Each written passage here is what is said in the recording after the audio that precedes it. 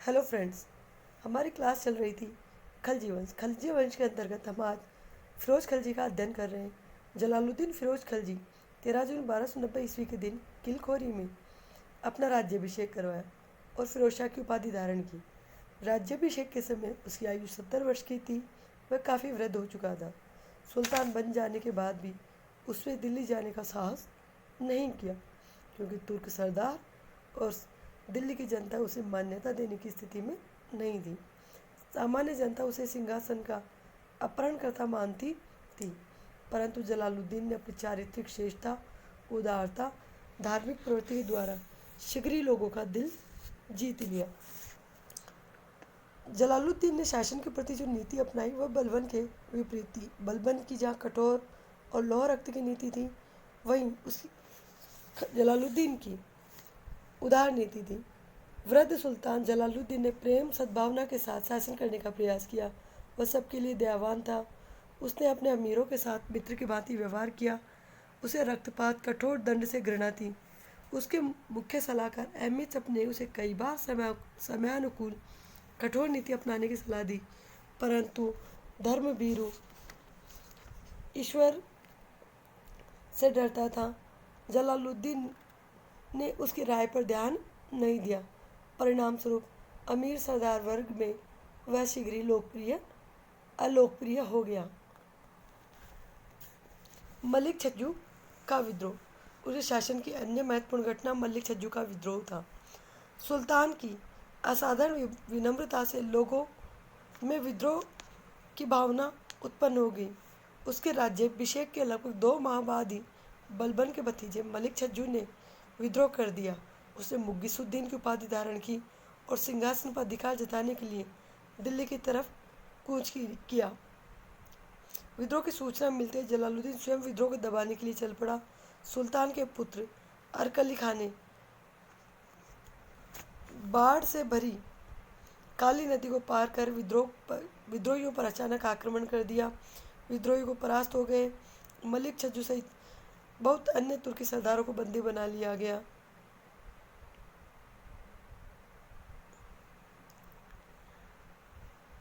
लज्जित तुर्की सरदारों से कहा कि आपने अपने पुराने सुल्तान के वंशज का समर्थन करने के लिए तलवारें उठाकर बेईमानी का नहीं अपितु ईमानदारी का काम किया। सुल्तान के पुत्रों ने उसकी नीति का काफ़ी विरोध किया, परंतु सुल्तान का तर्क था कि सल्तनत के लिए मुसलमानों का रक्त बहाने के लिए तैयार नहीं है। इस प्रकार मलिक छज्जू के प्रति उसने दयालुता की नीति अपनाई। डाकुओं और ठगों के प्रति नीति। सुल्तान की उदारता का लाभ उठाकर दिल्ली के आसपास के क्षेत्रों में डाकू और ठगों की बनाई। उनकी गतिविधियां से जनता में भय व्याप्त हो गया। सुल्तान ने उनके विरुद्ध कार्रवाई करने के आदेश दिए। उन्हें पकड़कर सुल्तान के सामने पेश किया गया, परंतु सुल्तान ने उन्हें सजा देने के स्थान पर ऐसे काम करने का उपदेश देकर रिहा कर दिया। उसकी भी काफ़ी आलोचना हुई। दूसरी बार जब ठगों को पकड़ा गया और सुल्तान के सामने लाया गया तो उन्हें ठगों को बंगाल छोड़ आने का आदेश दिया गया। ऐसा कहा जाता है कि माना जाता है कि जब बंगाल छोड़ने का आदेश हुए तो काफ़ी सारे डाकुओं ने चोरी, लूटपाट, डकैती का कार्य छोड़ दिया।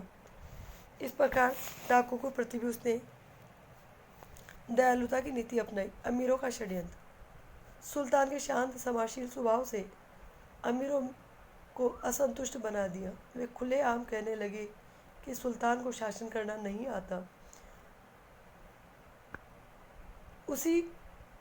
किसी ने सुल्तान को ककड़ी खीरा की तरह काट डालेंगे, इस प्रकार की भाषा का प्रयोग किया। उसने बड़े दरबार में उन अमीरों को फटकारा, अपने साथ लड़ने का निमंत्रण दिया, परंतु अंत में सभी को क्षमा कर दिया। परिणाम स्वरूप अमीरों को 1 वर्ष के तक जागीरों में रहने का आदेश दिया गया। सिद्दी मोला का षड्यंत्र। यह एक महत्वपूर्ण घटना है। सिद्दी मोला की अध्यक्षता में सुल्तान के विरुद्ध एक षड्यंत्र रचा गया। इस बार जलालुद्दीन ने अपने शांत उदार व्यवहार के विपरीत निर्ममता का व्यवहार किया। सिद्दी मौला ईरान से आया हुआ एक फ़कीर था, दिल्ली में बस गया था। बड़े बड़े अमीर उसके पास आने लगे। उसमें राजसत्ता के प्राप्त करने की इच्छा प्रबल होने लगी। उसने एक मठ बनवाया जहाँ हजारों निर्धनों को भोजन करवाया जाता था। इसका रुपया कहाँ से आता था, इसकी कोई जानकारी नहीं मिल पाई। अमीर लोग मठ अथवा खानकाह में आकर राजद्रोह षड्यंत्र की बातें किया करते थे। यह भी तय किया गया कि नमाज के दिन सुल्तान को ख़त्म कर दिया जाए, सिद्दी मौला को खलीफा घोषित किया जाए, बलबन के पुत्र और उसके समय के अमीरों को महत्वपूर्ण पद प्रावधान किए जाए। सुल्तान को विद्रोह की जानकारी मिल गई। उसने सिद्दी को दरबार में बुला भेजा। सिद्दी ने राजनीति में भाग लेने से तथा किसी भी प्रकार के षड्यंत्र में शामिल होने से साफ इनकार कर दिया। क्रोधित सुल्तान ने अपने अनुचरों से इतना ही कहा कि सिद्दी मौला से मेरा बदला लो। खाना का सिद्दी के पास आना जाना था, अतः अरकली खान ने अवसर मिलते ही सिद्दी मौला को ठिकाने लगा दिया। सैनिक अभियान। जलालुद्दीन ने 1291 में रणथंभौर के विरुद्ध अभियान किया। रणथंभौर पर इस समय राणा अमीर का शासन था। रणथंभौर पर आक्रमण करने से पूर्व जहीं पर आक्रमण किया गया। दुर्ग की अभेद्यता से घबराकर तुर्क सेना लौट आई। अमीरों के पूछने पर उसने कहा कि हिंदुओं के दुर्गों की तुलना में अपने सैनिक अधिक प्रिय हैं। वह मुसलमानों का रक्त बेकार में बहाना नहीं चाहता। वास्तविकता यह थी कि अमीर की शक्तिशाली मोर्चाबंदी को परास्त करके रणथंभौर पर दुर्ग पर अधिकार जमाना एक कठिन कार्य था। मंगोलों के विरुद्ध अभियान। अब्दुल्ला के नेतृत्व में मंगोलों ने भारत पर आक्रमण किया और सुनाम तक बढ़ गए। सूचना मिलते ही सुल्तान की एक विशाल सेना सिंधु तक जा पहुंची। घमासान युद्ध हुआ। मंगोलों को परास्त कर दिया गया, उन्हें बंदी बनाया गया। दोनों पक्षों में शीघ्र ही संधि हो गई। अब्दुल्ला वापस लौट आया, परंतु चंगेज खां के एक पुत्र उल्गू खान ने अपने अनुयायियों सहित इस्लाम स्वीकार कर लिया। वे सुल्तान की अनुमति से दिल्ली के आसपास ही बस गए और वे लोग नव मुसलमान कहलाए। सुल्तान ने उदारतापूर्वक उनकी जीविका का अभियान किया। अलाउद्दीन के सैनिक अभियान। अलाउद्दीन ने 1292 के बाद जब सुल्तान ने कोई सैनिक अभियान नहीं किया तो जलालुद्दीन का भतीजा अलाउद्दीन ने साहसिक अभियानों की नई योजनाएं तैयार की। उसने 1292 में सुल्तान की अनुमति से बिलसा के समृद्ध नगर पर आक्रमण किया और बहुत सा धन प्राप्त किया। सुल्तान को प्रसन्न करने की दृष्टि से वह लूट का कुछ हिस्सा लेकर दिल्ली जा पहुंचा। सुल्तान अत्यधिक प्रसन्न हुआ। उसने अलाउद्दीन को आरिजी ममालिक पद प्रदान किया। खड़ा की सूबेदारी, अवध का सूबा भी उसमें सम्मिलित कर दिया गया। अलाउद्दीन की महत्वाकांक्षाएं जाग गई। अलाउद्दीन महत्वाकांक्षी व्यक्ति तो था ही, उसमें सुल्तान बनने की महत्वाकांक्षा बढ़ने लगी। अलाउद्दीन चाहता था कि एक विशाल सेना हो और सुल्तान का पद प्राप्त किया जाए। विशाल सेना के लिए अधिक धन की आवश्यकता थी। अधिक धन के लिए एक और समृद्ध नगर पर आक्रमण किया जाए, यह बातें उसके मस्तिष्क में चल रही थी। उसने बिलसा के आक्रमण के समय देवगिर के बारे में सुना था। अलाउद्दीन ने सुल्तान की अनुमति के बिना ही देवगिरी पर आक्रमण के लिए चल पड़ा। देवगिरी पर राजा रामचंद्र देव का शासन था। रामचंद्र देव जब अलाउद्दीन के आकस्मिक आक्रमण की सूचना मिली तो घबरा गया, क्योंकि राज्य की मुख्य सेना उसके बड़े लड़के के साथ दक्षिण में गई हुई थी। उसने दुर्ग के भीतर रखे अलाउद्दीन का सामना करने का निश्चय किया।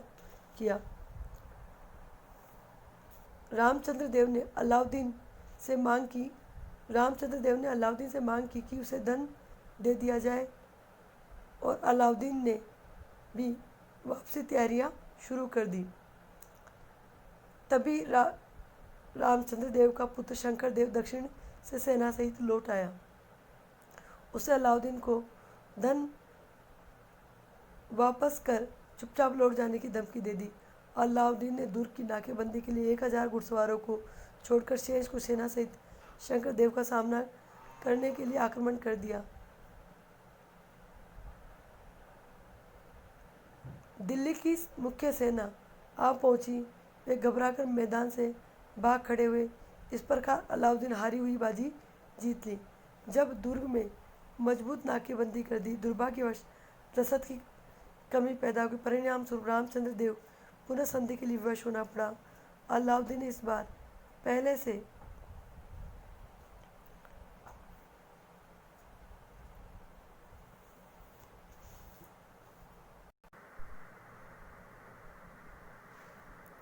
अलाउद्दीन के सैनिक अभियान। अलाउद्दीन ने 1292 में बिलसा पर आक्रमण किया और बिलसा के आक्रमण की अनुमति सुल्तान से प्राप्त कर ली। बिलसा पे आक्रमण कर उसे बहुत सी धन संपत्ति प्राप्त की।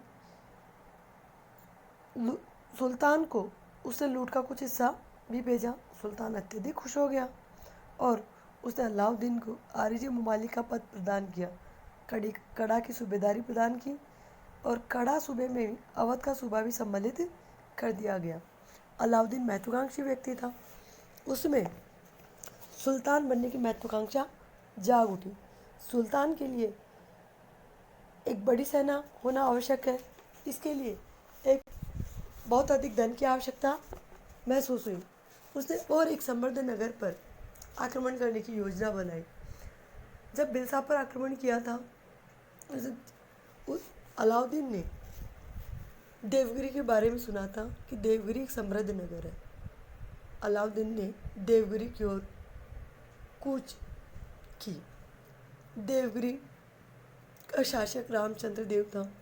रामचंद्र देव की स्थिति विकट थी क्योंकि उस समय उस रामचंद्र देव का पुत्र शंकर देव दक्षिण में गया हुआ था। अलाउद्दीन ने वहाँ पर अचानक आक्रमण किया। जब अचानक से शत्रु सेना सामने खड़ी हुई थी तो रामचंद्र देव घबरा गया। रामचंद्र देव ने संधि की वार्ता शुरू कर दी और अलाउद्दीन को धन देकर वापस लौट जाने की निवेदन किया। लेकिन उसी समय शंकर देव की सेनाएं दक्षिण से लौट आई। शंकर देव ने रामचंद्र देव से कहा कि जो धन आपको प्राप्त हुआ धन वापस लौटा दें और दक्षिण से वापस लौट जाएं। अलाउद्दीन ने ऐसा नहीं किया और दिल्ली तुर्क सेना अलाउद्दीन की सहायता के लिए आ पहुंची। काफ़ी समय तक घेराबंदी जारी रही।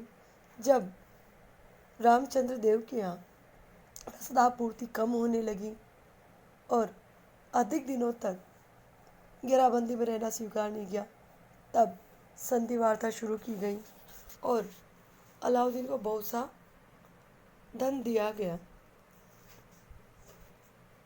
और प्रतिवर्ष एलिचपुर क्षेत्र की वार्षिक आय दिल्ली भेजने की शर्त रखी गई। राजा को सभी शर्तें माननी पड़ी।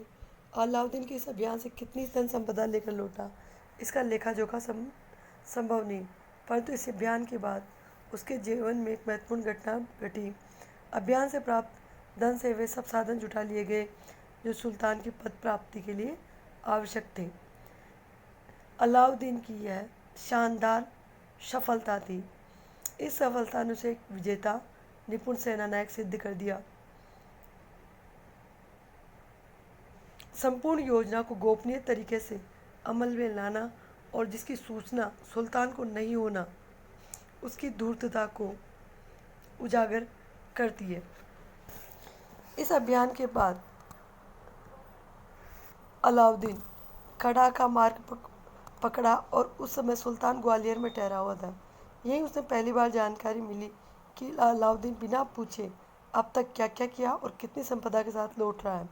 उसे सुल्तान को बुलावे में रखने के लिए देवगिरी पर आक्रमण करने के लिए क्षमा मांगी। समय मिलते ही संपूर्ण संपत्ति सहित दिल्ली आकर सुल्तान की सेवा में उपस्थित होने का वचन दिया। सुल्तान ने अलाउद्दीन पर विश्वास कर लिया।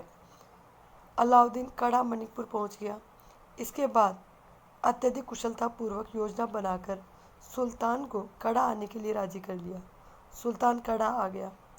अलाउद्दीन ने उसके स्वागत के लिए तैयारी कर ली।